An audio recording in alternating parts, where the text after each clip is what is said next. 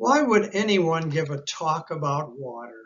In New Jersey, water is everywhere, and most of us take it for granted. But water is an amazing substance with interesting properties. What is more important is that water is crucial to all living things on Earth and for life on any other planet. We could spend hours or even a lifetime studying water, but I have tried to pick a few interesting topics for this short presentation. My hope is that you will find this discussion stimulating and worthwhile. Thanks for watching and listening. The idea that water is crucial to our world is very old. Aristotle even listed it as one of the four elements of the world 2,000 years ago. His list of elements was very simple: fire, earth, air, and water. I find it interesting that we now know that fire, earth, and air are made of many elements and compounds, but water is much simpler, made of one atom of oxygen and two atoms of hydrogen. Our first section is about the physical properties of water. This video shows rotating connected balls which represent atoms. Water is made of two different atoms, oxygen in red and hydrogen in white. We know that everything is made from small round things called atoms. In this figure, a thing in solid form will stay in the jar and stay in the middle of the bottom of the jar without moving. In liquid form, which we call water in what we are talking about, the water molecules will wet the bottom of the jar and the side of the jar, but will not escape if there's a cover on the jar. In gas form, the water molecules are floating around and fill the whole jar, even with a lid, and without a lid, they'll eventually escape the jar. So we have three states of matter for water: solid, liquid, and gas. Now, in the solid form, the water molecules jiggle or vibrate slowly, but they do not pull apart, and the ice, which is the frozen form of water, stays pretty much in one place, especially in a refrigerator. In liquid form, liquid water, in this particular case, the container is covered, so the liquid will not completely evaporate. You see the molecules moving around, but pretty much staying in the blue area. A few will leave the blue area in a process called evaporation. And in a gas, the water molecules have completely evaporated, so you have water vapor filling the container, and that is called, again, the process of evaporation. So just to repeat, there are three states of matter: liquid, solid, and gas. Now, you can boil and freeze water, and it'll still be water in one of the three forms: solid, liquid, or gas. But you can't take the molecules of water apart. One way to do that is to what we call use the electrolysis of water, in which case you run an electric current through the water supplied by the battery here, and the oxygen from water's compound will fill one of the test tubes, and hydrogen will fill the other. Because obviously water, which is we think of as mostly always a liquid, is made of two gas elements, oxygen and hydrogen. This is not going to come as a surprise to any of you that ice cubes float in water and eggs sink. If you've ever made hard-boiled eggs, you know they'll sit at the bottom of the pot and they'll boil along until they're hard, then you take them out of the water. So ice cubes float and eggs sink. Now, why do ice cubes float? You may not be surprised that ice cubes float because you've seen it your whole life. But think back now. If you had a pot of molten iron, hot melted iron, and you dropped a sledgehammer or a wrench into that pot of molten iron, you know that the sledgehammer would sink to the bottom. But ice doesn't sink to the bottom of the glass. It floats. The reason for this behavior, which is very unusual for materials in nature, is to look at this chart, which plots the density of the water versus the temperature in Celsius degrees. At 4 degrees Celsius, water freezes and becomes ice. But you notice that if you warm up ice and it melts, the actual point where the density of water is the highest is at 4 degrees Celsius, which is 39 Fahrenheit. This is very unusual behavior. If you heat the water further, of course, the density goes down and eventually it becomes a gas where its density is much lower. So this chart tells you that water is very unusual and very special. Just how special is shown in this chart here. Let's look at a typical lake in the early summer. And if you were to measure the layers of water in the lake, you would see that the densest water would actually be 4 degrees Celsius, because that's the point where water is the densest. If it warmed up to 5, 6, 7, or 8, it would be on higher layers. The fish is very happy. But winter is more of a challenge for people and fish. And in this case, you see the 4-degree water is still at the bottom, and it's not frozen, it's liquid. And the solid part of the water, which we call ice, is right at the top. So fish can live through the winter, and people routinely fish through the ice during the winter. It's called ice fishing. And this is a very true chart. This is an amazing property of water, which very few other substances have. Now, I did a little experiment in our kitchen, and I had an egg, and I put it in this liquid here, and you see my hand going down, and you see that egg is floating. But I thought we showed in a previous slide that eggs sink to the bottom of water because they are denser than water. Well, I played a little trick here. I put salt in this water, and I got enough salt in there so that I could make the egg float. So this is water with salt in it, which we usually call salt water. But there's something mysterious here, so let's look at the next slide.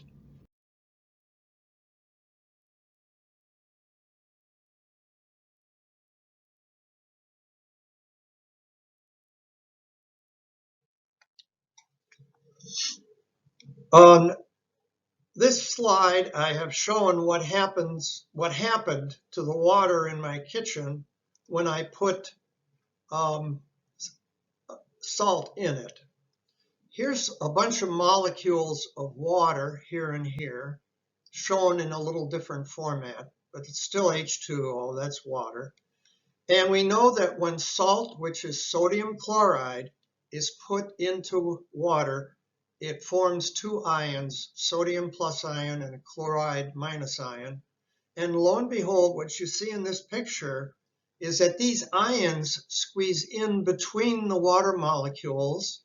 So the water, as I pour salt into it, the water gets denser, but it doesn't get bigger in volume. And eventually a point is reached where the egg will float. Now, one final comment. This experiment is safe to do at home if you have enough salt and enough eggs. So try it out yourself. Here's the famous picture of the water molecule. And of course, the white balls here represent hydrogen, and the red ball represents oxygen, and this angle is 104 degrees. Now you can go on Jeopardy because you know that answer. All right, let's take a little bit more of a glance at what it means to say water is made of hydrogen and oxygen. Hydrogen is the simplest element of all, and its atom is shown as one proton, which is positively charged, and one electron, which is negative. Opposite charges attract each other. That's what holds this atom together. Oxygen has 8 electrons and 8 protons. It's a much bigger atom. And in the next slide, we see that when water is created in nature, the hydrogen atom takes one of its only electron, and shares it with the oxygen, which gives away one of its electrons, and forms a covalent bond called a sharing bond because the two atoms share their electrons, and that pulls the two nuclei together. The nucleus, of course, is the heaviest part of each atom. And here's the other hydrogen, also covalently bonded down here. Water is, of course, H2O. Now here we come back to the idea that there's 3 states of matter for water. Here's ice, and you'll see that ice forms a hexagonal or 6-sided figure in the ice crystal. And this figure has a new feature which shows the hydrogen bond, which is what holds separate oxygen molecules to each other. And the hydrogen bond here is shown in dotted format, and it is the bond between one of the hydrogens on this water molecule and the oxygen on this molecule here. The hydrogen bond is a very important bond, also found in DNA molecules, but it is not as strong a bond as the covalent bond. Now, when water goes into the liquid form, those hydrogen bonds still hold the water molecules together, but they're able to move around and make waves and so on. This figure is very accurate because it shows that the water here at 4 degrees is denser than the ice at 0 degrees, which is true, and that's why ice cubes float. Of course, when you get to steam or water vapor, there are no more hydrogen bonds because all of the water molecules have broken free under the high temperature involved. Now, one other spectacular property of water is that it has something called surface tension. Here is an insect walking on water. Wish I could do that. And here's a steel paperclip floating on water. Wait a minute. I thought iron and steel sunk in water. Did you ever put a wrench in water? Of course it would go to the bottom of the water. But if you're really, really careful, you can put a paperclip and it will float on water. Another thing to know about surface tension is if you fill a glass to almost overflowing, it'll form a convex surface, a curving upward surface. That's also a sign of surface tension. If you do that experiment, be sure that glass is very, very clean. And finally, for those of us who live in apartments here at Applewood, we have something called heat pumps to give us our air conditioning and our cooling.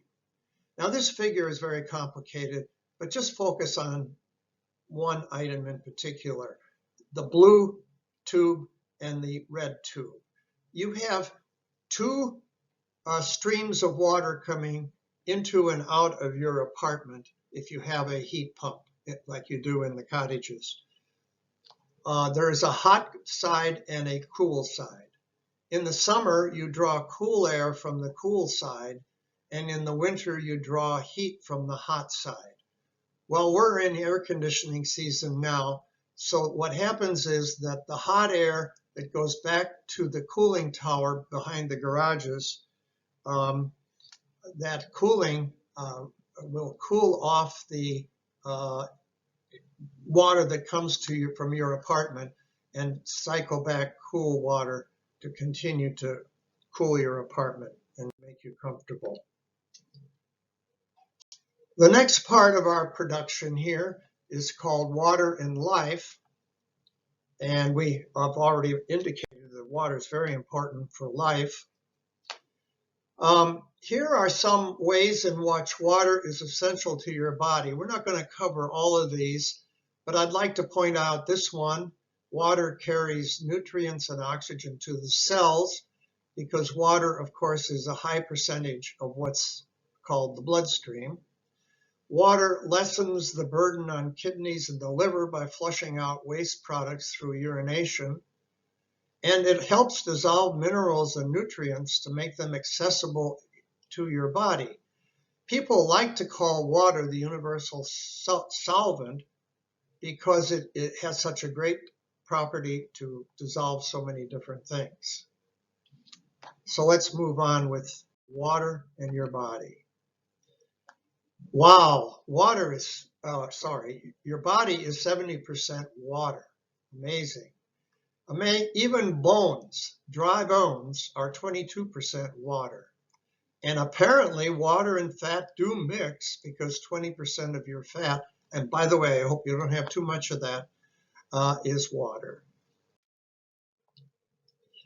Evaporation is a process by which water molecules leave a container of liquid water.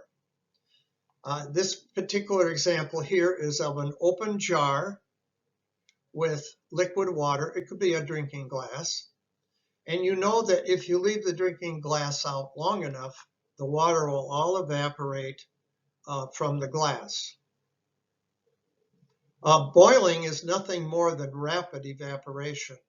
Now, one thing that's very important to understand in this whole figure here is this, that the molecules in the water are moving around. We pointed that out before, but they don't all move at exactly the same speed.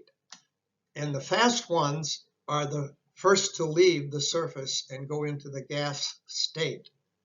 And eventually, of course, all of them leave and they take heat with them, which is a beautiful tie-in to the next slide here.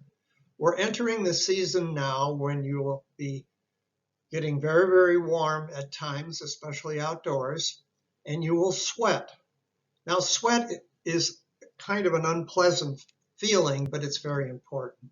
As it shows here, it cools the skin because the sweat evaporates from your skin and takes heat with it. You need heat to turn water from a liquid like sweat into a gas like water vapor, and that's of course what the sun does, and that process cools the skin because the molecules take the heat away. So that's the regulation of body temperature. Without this regulation, mankind would long ago have died from heat stroke, especially in the tropics.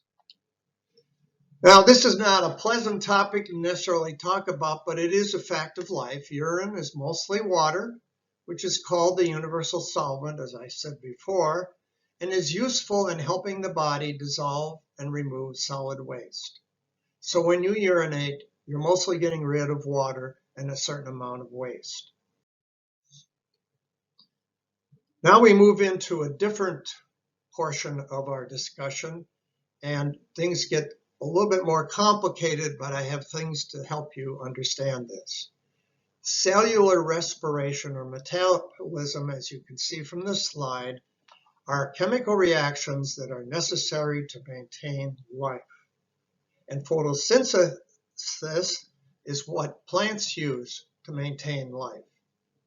They turn things into edible food for us and for survival for themselves. Let's examine this a little more carefully. Now, this slide here is something I first learned in elementary school. Let's go through this process called photosynthesis, two-bit word.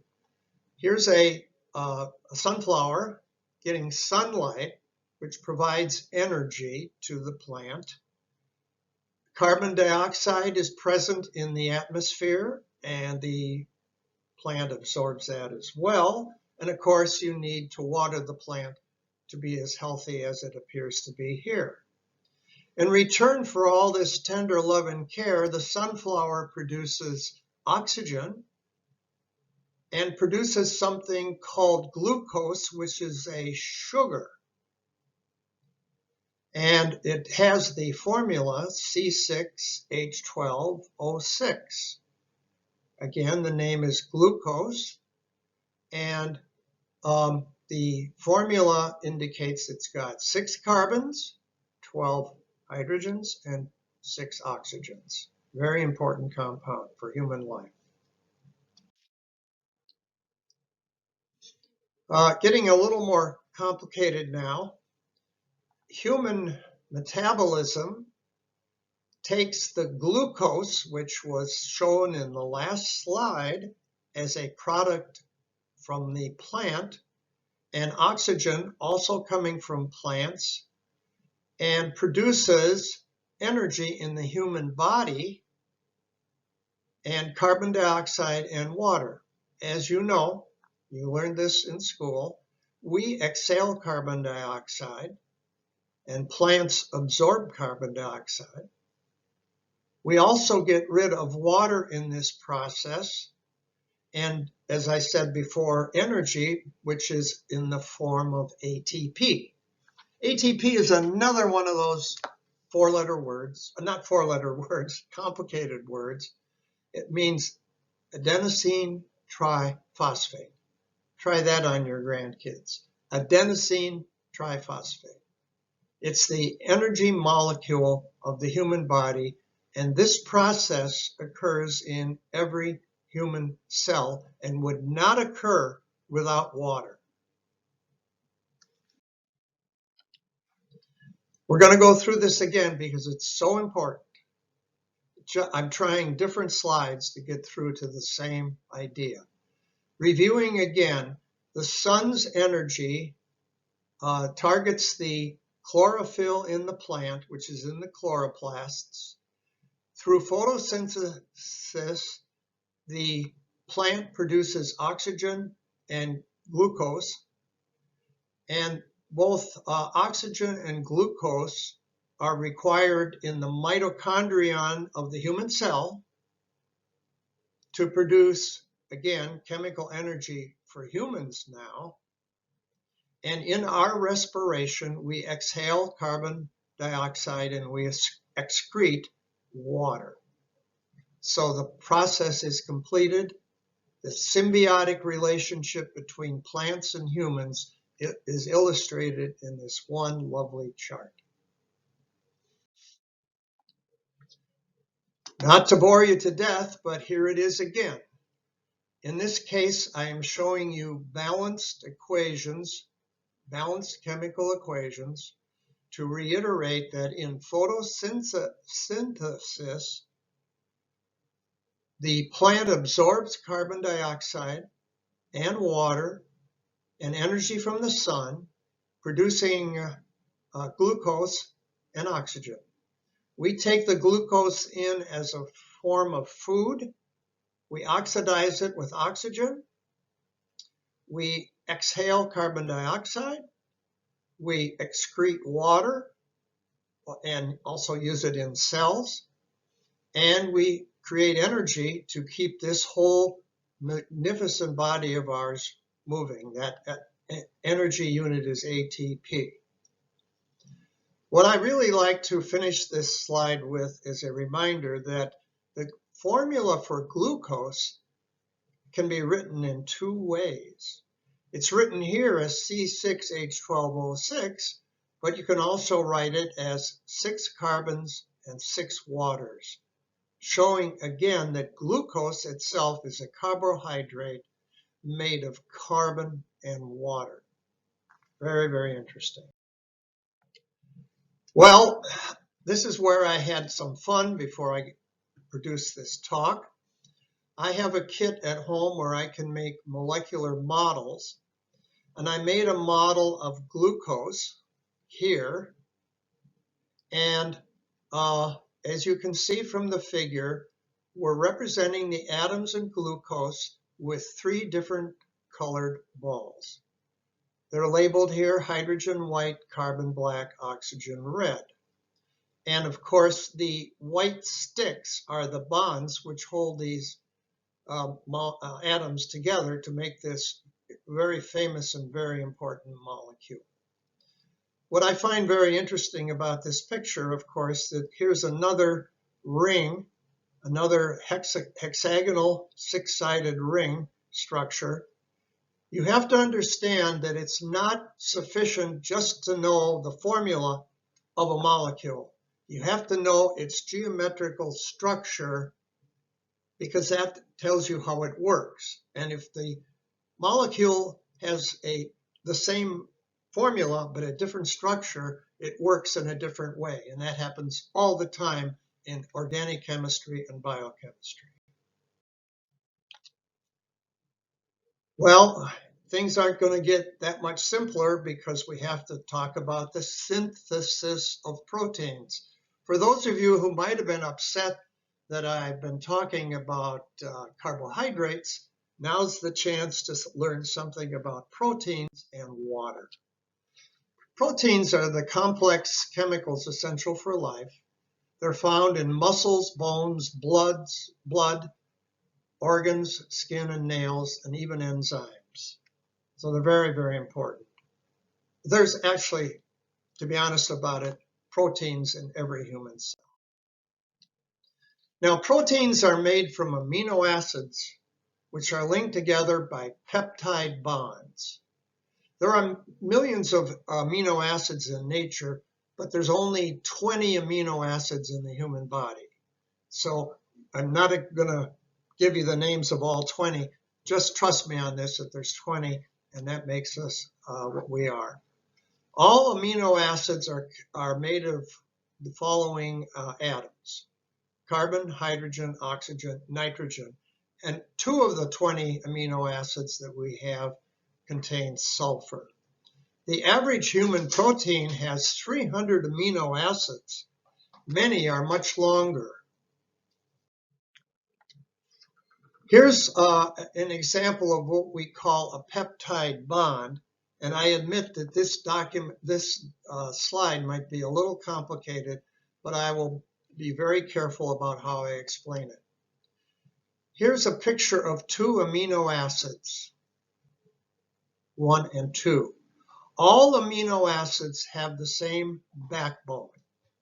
They have a nitrogen on one end, N, and a carbon on the other end, C, and this one has the same. And what enables them to bond together and make a peptide bond is that the O and the H here, which is called a hydroxyl ion, bonds with the hydrogen here. And when they break off, this breaks off of amino acid 1, and this hydrogen breaks off of amino acid 2. You'll notice that you have 2 H's and an O, which is water.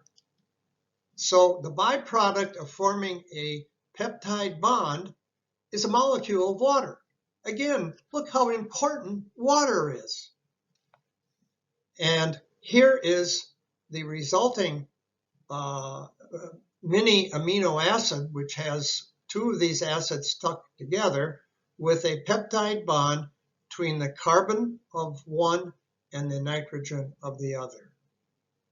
And this is how every amino acid is made in nature, not just the ones that are particular to human beings.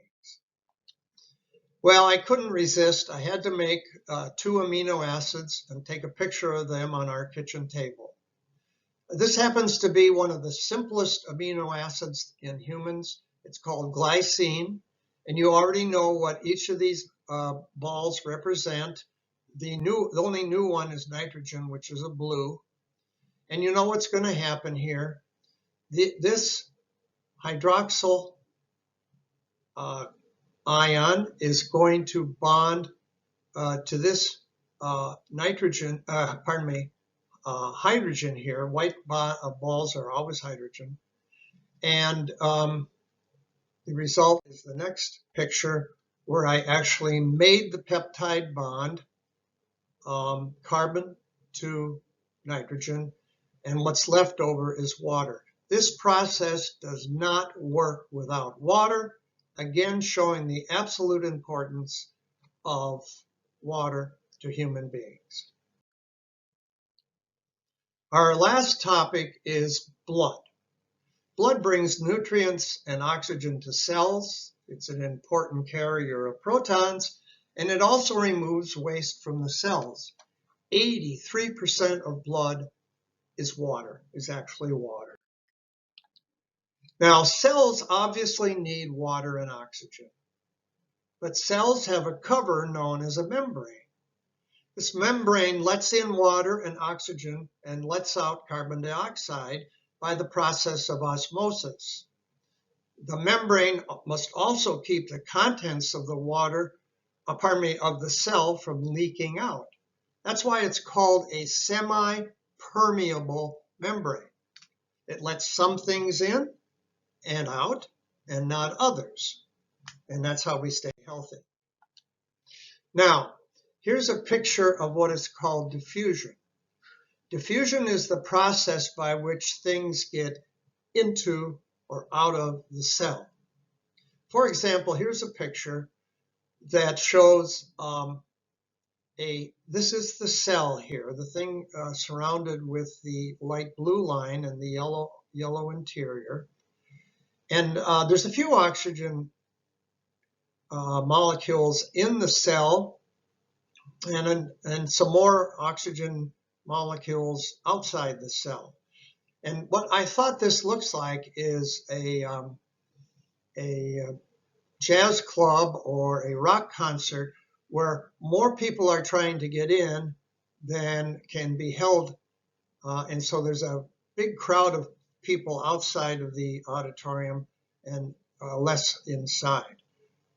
Of course, in the case of the cell, we can't allow that to continue. So the pressure of the heavy amount of oxygens outside the cell against a few inside forces what we call equilibrium until enough flow into the cell so that there's the same density inside and outside of the cell.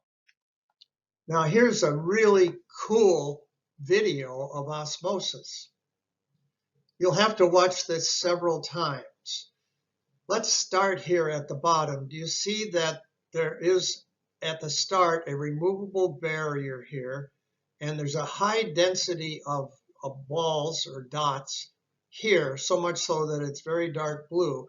And as the osmosis starts, the color tends to even out and the balls tend to move to the right. Notice at the beginning, I think when the cycle goes again, you'll see at the beginning there's no balls here, or here, and then they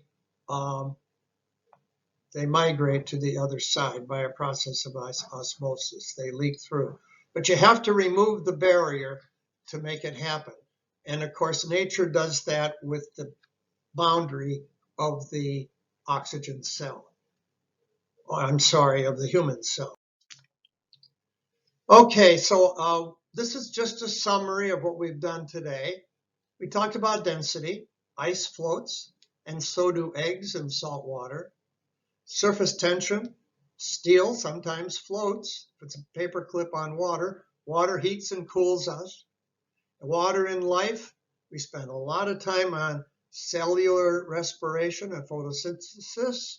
We talked about amino acids and protein synthesis and blood circulation, and finally cell hydration. I hope you enjoyed it. I would welcome any comments or questions you might have. It's been my pleasure to offer this to you to enhance your knowledge of science and have some enjoyment in the process. Thank you very much. And that's all, folks. Happy to be with you.